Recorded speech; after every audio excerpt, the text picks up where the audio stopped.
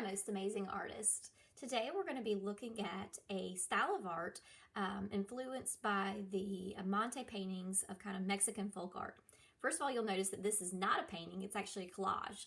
And I want to suggest that if you have paints at home or even oil colors or oil pastels, I would suggest that I would use those probably instead of the construction paper. However, I know that many of you do not have paints or oil pastels at home, so I'm going to do this with construction paper, which I am sure that most of you do have at home. If you don't have construction paper at home, you can easily do this with the texture rubbing paper that we used last week or magazines. Either one will be completely fine and it will kind of give you the same effect that we'll achieve if you were to paint this. For those of you that are interested in painting, I'm going to link below this video an option that you can do instead to paint your Amate Bark paintings. All right, let's get started. So on my example, you'll see that we've got this kind of barky texture for the background. All that is a paper bag. So the supplies that you'll need for this lesson are a paper bag, which I have already cut up. So I grabbed a paper bag. This is a large one from the grocery store. A pencil that you'll definitely need. You will need a glue stick or let's see if I can find it, a thing of glue, scissors, and then an assortment of construction paper. So that is what you'll need for this lesson. So let's get started. The first thing I would suggest doing is keep referring to the picture that we have here, our original, or use the ones above for an example. So the Amate bark is actually a process where they take different types of trees and then they kind of turn them into a pulp and reset them up as a paper to work on. Typically this folk art style isn't necessarily done in school. It's something that they've kind of passed down traditionally. So since I'm not going to require you to make your own bark painting or bark paper, there we go. All I did is I just grabbed this Trader Joe's bag that I had. If you have a Food Lion or a Harris Teeter bag, any Publix bag, any of those will be just fine. But all I did is just cut it down to a size that I wanted to work with. I didn't measure it, I just cut it down. Now you've got two options. One is to leave it completely flat. If you don't have a brown paper bag, a brown piece of paper will work just fine. Or you can take it and crumple it up. So this one I'm going to take and I'm going to crumple it up. There we go. And I'm going to unwind it. And then I'm going to crumple it again. And I'm going to do that probably 3 times. Some of you may want to do it even more so that you have a really soft surface to work on. So all we're doing with this, with the kind of crumpled look, is we're kind of making it simulate the look of the paper that we're going to be pretending that we're using. So the Amate paper. I hope that I'm saying that word right. I've done my research. All right. Okay, and I'm going to do it one more time just so I have it semi-smooth. There we go. All right, so now that we have our bark paper all ready for our surface, and if you want to do a much smaller size than this, you can. This is just the one that I happen to be working with. All right, and it's still kind of lumpy, but that's okay. If you just wanted to work on a brown piece of paper or one that's not crinkled, then that's an option too. I will say that if you are planning on gluing this down, then it is much harder to use a glue stick on this surface and much easier to use it on a smooth surface. A glue stick really doesn't want to stick. If you want to use the glue bottle, I would suggest sticking with the surface. Okay, so this is going to be kind of our quick abbreviated version of the lesson. All I'm going to do is I'm going to try to speed up my lesson because I feel like they're getting very lengthy. And what I'm going to do is I'm just going to kind of show you the shortcut version. So the first thing I did is I grabbed other than crumple up my paper, first thing I did is I grabbed a bowl that I wanted to be my sun. Now many of these paintings are either landscapes of kind of villages, or there are things that are in nature, typically birds, flowers, or even the sun and the moon. So I'm going to take I took a piece of yellow paper. That was the first thing that I did. And then I traced a bowl. So I flipped it over, traced around it, and then I added these kind of petals. And sure enough, it ended up that this is going to be can you guess it? It's the sun. So after I've traced it, I went ahead and I cut it out. So you can see I cut it out. Now, mine goes off the paper here, and that is A-okay with me. All right, the next thing I did after I cut it out was I traced on blue paper. So I took my bowl again, flipped it upside down, and I traced this shape, which you guessed it, is the moon. all I did here was I came back and I drew a line right here, and then I cut it out. Now, the cool thing about this is that I want to have no pencil lines at the end, third graders. So when you do that, all you're going to do is cut it out. And once it's cut out, so here it is, I'm going to flip it over. So now all my pencil lines are on the back, and I don't see any unsightly pencil lines. All right, so I've got my two basic shapes down. Feel free to pause this video at any time because I'm going super fast today. All right, next thing I'm gonna do is I'm gonna go ahead and glue down these two basic shapes. Now, when you're gluing in third grade, we do dot, dot, not a lot. So all I'm doing is I'm doing a couple dots. Notice I did not taking the whole bottle and pouring it like it's ketchup. And then I'm gonna flip it over and I'm gonna put it down wherever I'd like. I'm actually gonna move that one right there in the middle. And I'm gonna kind of smooth it out. Awesome, notice I don't have to hammer it, I'm just smoothing it out. Same thing with this one, just gonna do dot, dot, dot, not a lot. I don't need a lot of glue. And I'm just gonna set that right on there. Perfect. Now, it will have a harder time sticking on the crumpled paper. So at the end of the lesson, my best suggestion would be to put it underneath like a book and let it sit so that it can kind of flatten out. That's the same thing I did with mine. All right, now that I've got that, all I'm gonna do is I'm gonna come back through and kind of play with the different shapes that I want. So I always start with the eyes because I feel like that gives it kind of personality. So for the eyes, what I did is I took two pieces of orange paper and I drew two little hills on them. And then I cut them out. Here we go. And then I glued those down. So actually I turned the hills upside down and those are the two eyes. So for the sake of our lesson, I'll go ahead and glue them down for you so you have an idea. Once again, all I need is one little dot. If I can get it to work. One little dot right there in the middle. And I'm gonna flip it over and put it down. If you, the first time I did this, I actually laid out everything first and then came back and glue it down. So that's an option too. Once again, not doing a lot of glue. And you know what? I made the mistake of putting the glue on the non-pencil side. So as you're doing this, making sure that you're putting it on the pencil side so that we don't see those unsightly pencil lines.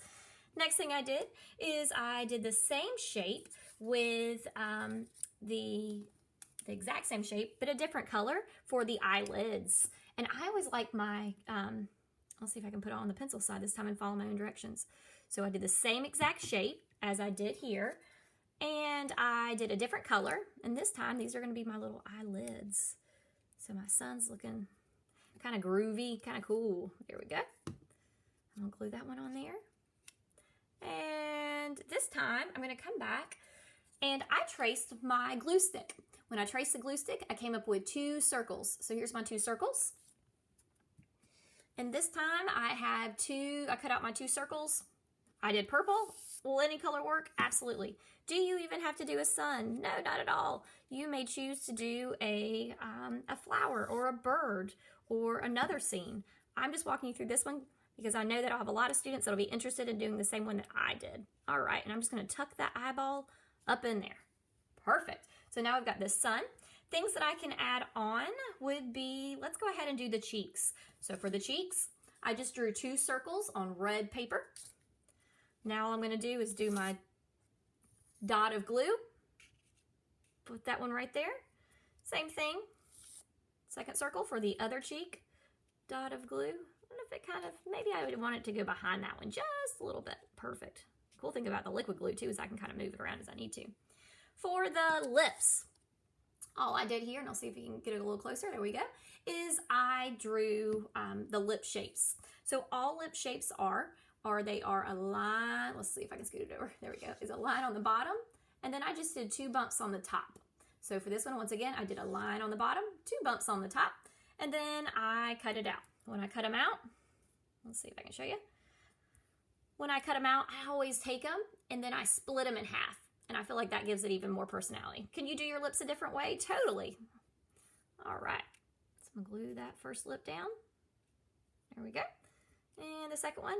And every time, as a reminder, I'm making sure that I have my pencil on the back so I don't see in that pencil mark. Okay, now I've got that. Next thing I want to do is I'm going to, let's see, add my eyebrows. So I just used leftover orange paper and did eyebrows. I have a first grade daughter and she loves to actually draw eyebrows. So maybe at this point you even want to just get a Sharpie or a marker and you could even draw your eyebrows. Okay, and let's look at the moon this time. So with the moon, I drew on a blue piece of paper what looks like a macaroni noodle, and I cut out that shape, and that is going to be his kind of sleeping eye, or excuse me, could be her sleeping eye. And I'm going to put that on there because our moon's very sleepy. And then the next thing that I'm going to do is I'm going to add an eyebrow, same kind of shape, it's just an arc. And I'm going to turn it upright. And the cool thing about the eyebrows is you can move them all around to give your moon a different personality. For the cheeks, I drew a circle. This one's kind of hard to see, but I drew a circle, and then I cut it out. And then this time I'm going to glue on my cheek. And I would glue on the cheek before you glue on the lips. And I had shown you earlier, we had drawn the lips. So I had those already cut out. You guys are doing awesome. And I know a lot of you are pausing the video, and some of you are just watching the video, and that's okay too.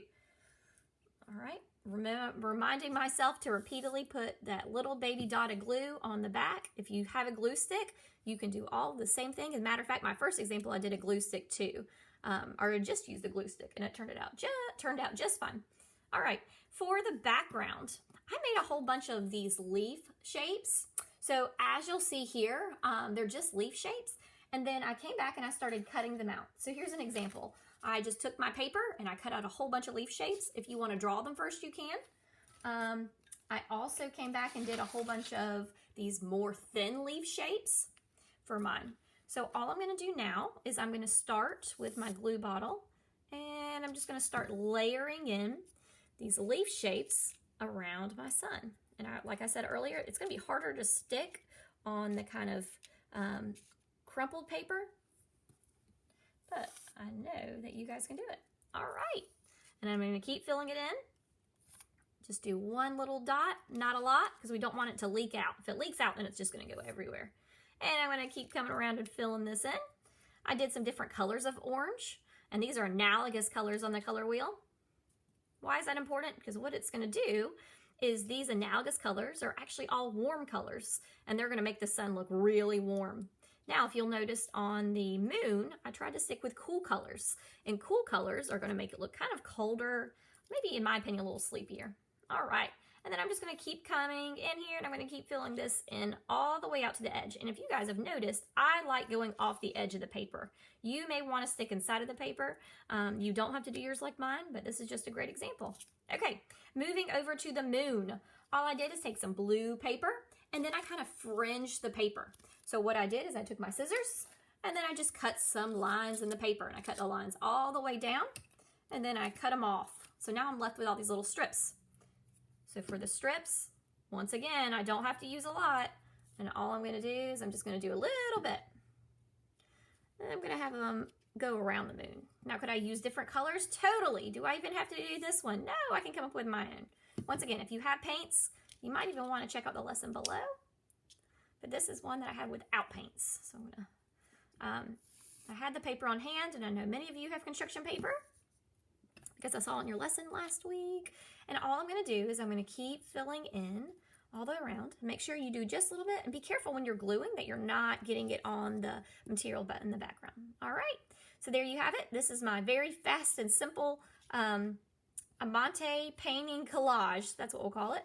And once again, this is a Mexican folk art style, and what that means is that this is a traditional type of art that's going to be passed down with artisans that have no formal training, but that have continued to pass down this tradition of making this style of art. Usually really bright, so when you're painting, make sure that you use bright colors. The same thing with using your collage paper. But I can't wait to see what you guys have created. If you haven't already, make sure that you check out last week's Artist Spotlight. I have a number of you featured, and I look forward to seeing what you create this week. All right, good luck.